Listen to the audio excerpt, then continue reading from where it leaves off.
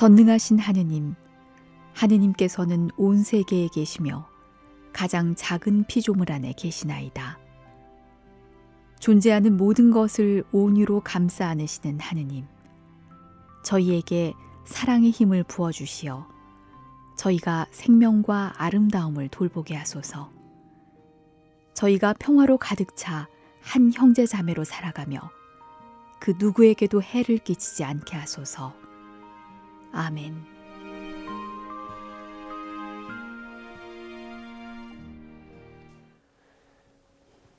찬미 예수님, 찬미 받으소서와 함께하는 생태 영성. 오늘은 제1장의 마지막 주제, 그동안 살펴봤던 이 생태 위기 현실에 대응하는 우리의 미약한 반응에 관한 이야기를 함께 살펴보겠습니다.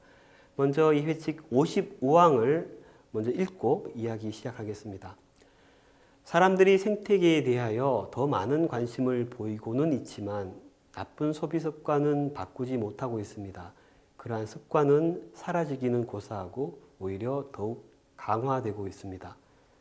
판매를 통하여 즉각적 이익을 얻는 시장은 더 많은 수요를 자극합니다. 지구 밖에서 이 세상을 관찰하는 이가 있다면 때로는 자기 파괴적으로 보이는 그러한 행동에 놀라게 될 것입니다. 교황님은 이처럼 이 55항에서 이 생태 위기가 이렇게 심화되고 있는 과정 속에서 우리 인간의 반응, 대응 속도는 너무나 느리고 미약하다는 점을 지적하고 있습니다. 사실 우리가 지금까지 살펴본 이 생태 환경 문제는 더 이상 우리에게 낯선 문제가 아니죠.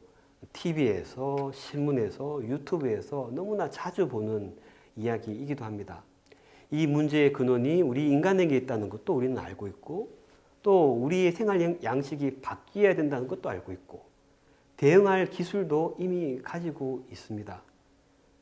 그런데 무관심의 세계화가 확산되고 보편화된 이 현실 속에서 우리는 이 얘기를 너무나 자주 들으면서도 당장 나에게는, 우리에게는 피해가 없으니까 나와는 상관없는 일처럼 여길 때가 종종 있습니다.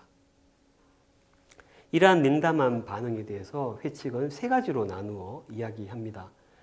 먼저 이 생태 위기 자체를 부인하는 사람들이 있다고 교황님은 꼬집어 말합니다. 대부분의 과학자들이 이 생태 위기가 어떻게 벌어지고 있고 얼마나 심각한 문제인지를 이야기함에도 불구하고 그런 과학적 연구가 밝히는 그런 사실조차 거부하는 사람들, 아무 문제가 아니다라고, 또 심지어는 그런 기후변화에 관한 정보가 너무 과장되어 있다고 주장하는 사람들이 있습니다. 또 다른 한편 문제의 심각성은 어느 정도 이해하고 또 나름대로 걱정은 하지만 그 문제에 대응하기 위한 실천에는 여전히 소극적인 사람들이 있다고 또 교황님은 지적하십니다. 이런 두 번째 부류의 사람들이 조금 더 많은 것이 또 우리네 현실이긴 하죠. 그건 정부가 할 일이 아닌가. 우리 교회에서 뭐 이런 식으로 문제는 문제다라고 하지만 내가 그 문제를 해결하기 위해서 어떤 일을 할 것인지에 대해서는 좀 소극적으로 행동하는 사람들. 또 어떤 사람들은 생태 위기의 중요성을 인식하고 관심은 가지지만 회의적인 반응에 머무는 경우도 있다고 교황님은 말씀하십니다. 문제도 있고 이걸 어떻게 해야 되는지도 알지만 이런다고 세상이 바뀌나? 이미 늦었다. 왜 나만 손해를 봐야 되냐? 이런 식의 태도를 보이며 적극적으로 행동하지 않은 사람들도 있다고 이 회칙은 지적합니다. 그렇게 본다면 이 생태 위기의 뿌리가 어디 있는가에 대한 해답도 얻을 수 있겠죠. 생태 위기의 뿌리는 단순히 정치적, 사회적 그런 외적 현상만이 아니라 결국 거슬러 올라가면 우리 인간의 마음속에 자라고 있다. 그렇게 말할 수 있겠습니다.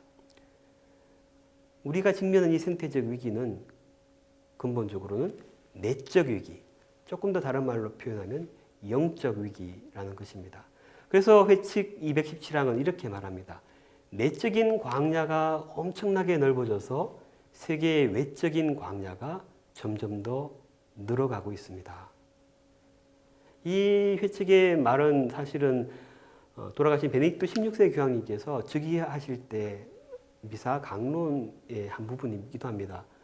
그만큼 이 세계가 외적으로 황폐화되고 있는 이유는 우리 마음이 그렇다는 겁니다. 우리 마음이 자꾸 사막화되어 가기 때문에, 건조해지기 때문에 그런 우리 내적 문제의 외적 징후로 지구 생태계 역시 황폐화되고 있다는 말입니다. 우리가 지난 2시간을 걸쳐 살펴봤던 이 문제, 지구의 울부짖음과 가난한 이들의 울부짖음. 흔히 우리는 이러한 생태 위기를 나와는 상관없는 문제, 또 나와는 동떨어진 문제로 치부하곤 합니다. 그런데 저는 이런 지구의 울부짖음과 가난한 이들의 울부짖음을 보면서 어떤 마음이 드는지 한번 생각해 봤으면 좋겠습니다.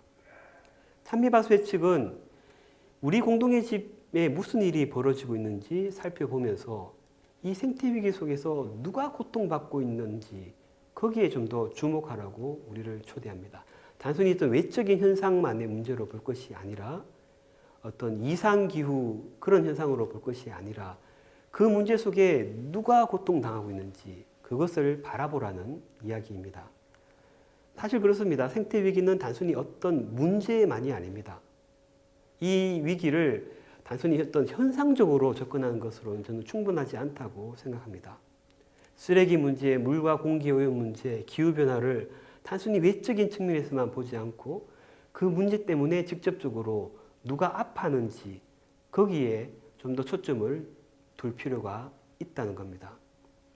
교황님 말씀을 다시 되풀이해서 말하자면 지구의 부르짖음과 가난한 이들의 부르짖음 그 모두에 귀를 기울여야 한다는 겁니다.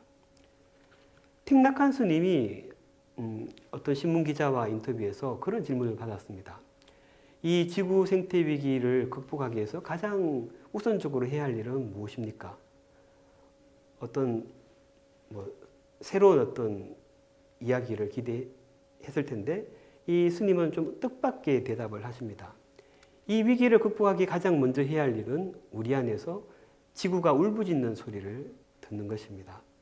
우리 안에서 땅이 우는 소리를 들어야 우리 시대에 참된 치유가 이루어질 수 있습니다. 이렇게 스님은 대답하셨다고 합니다. 저는 이 말에 무척 공감이 갑니다. 여러분 이 사진을 보면서 어떤 생각이 드십니까? 우리가 한 번쯤 TV에서 또 신문에서 보게 되는 사진들입니다.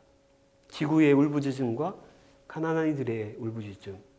흔히 사람들은 이 문제를 보며 걱정된다, 두렵다, 또 문제를 분석하고 해결책을 모색해야 된다 그렇게 말하곤 합니다. 하지만 저는 그런 모든 반응에 앞서 먼저 근본적으로 우리에게 아파하는 마음이 있는지, 이런 현실 앞에서 우리 인간으로서 하느님의 모상인 인간으로서 아파하는 마음이 있는지 그런 근본적인 질문을 해보고 싶습니다. 더 이상 낯설지 않은 이런 생태 환경 위기, 왜 이걸 우리가 알면서도 바뀌지 않을까? 저는 그 이유 중에 하나가 우리가 이런 현실 앞에서 진정으로 아파하지 않기 때문은 아닌지 생각해 봅니다. 여러분, 대형 호주의 산불 속에 갇혀서 세상을 떠난 저 어린 캥거루와 이 기후 난민 문제들 단순히 골치 아픈 문제가 아닙니다. 이건 비극이고 너무나 마음 아픈 현실입니다. 그래서 교황님은 이렇게 말씀하신 것입니다. 누가 이들을 위해 울고 있는지, 이웃과 함께 아파하고 있는지, 무관심의 세계화 속에서 우리에게서 슬퍼하는 능력이 사라진 것은 아닌지, 저는 교황님께서 호소하신 이 말씀에 좀 더 마음을 열고 귀를 기울여 볼 필요가 있다고 생각합니다. 그래서 우리가 함께하고 있는 이 생태의 영성은 지구의 고통을 관심 어린 시선으로 바라보고 공감할 줄 아는 마음으로 우리를 초대한다. 그렇게 말할 수 있는 것입니다. 함께 느낄 줄 아는, 함께 아파할 줄 아는 마음. 저는 그것이 우리의 생태 영성을 좀 더 깊이 가져가게 하는 힘이라고 믿습니다. 프란치스코 교황님도 이 회칙 19항에서 이렇게 말씀하셨습니다. 세상에서 벌어지고 있는 일들을 통렬하게 자각하고 그것을 기꺼이 우리 자신의 고통으로 삼아 우리가 각자 할 수 있는 일을 찾는 것. 저는 그것이 생태 영성 사리가 아닌가 생각해 봅니다.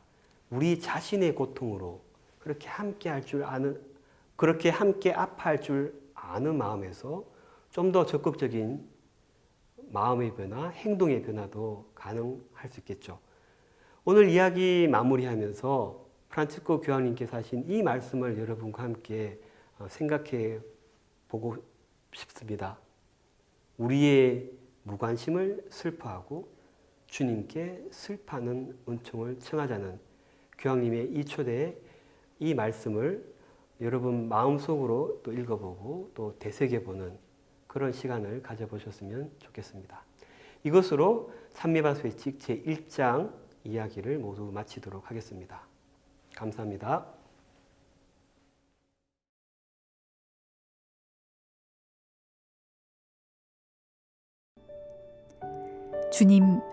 주님의 힘과 빛으로 저희를 붙잡아 주시어 저희가 모든 생명을 보호하며 더 나은 미래를 마련하여 정의와 평화와 사랑과 아름다움의 하느님 나라가 오게 하소서.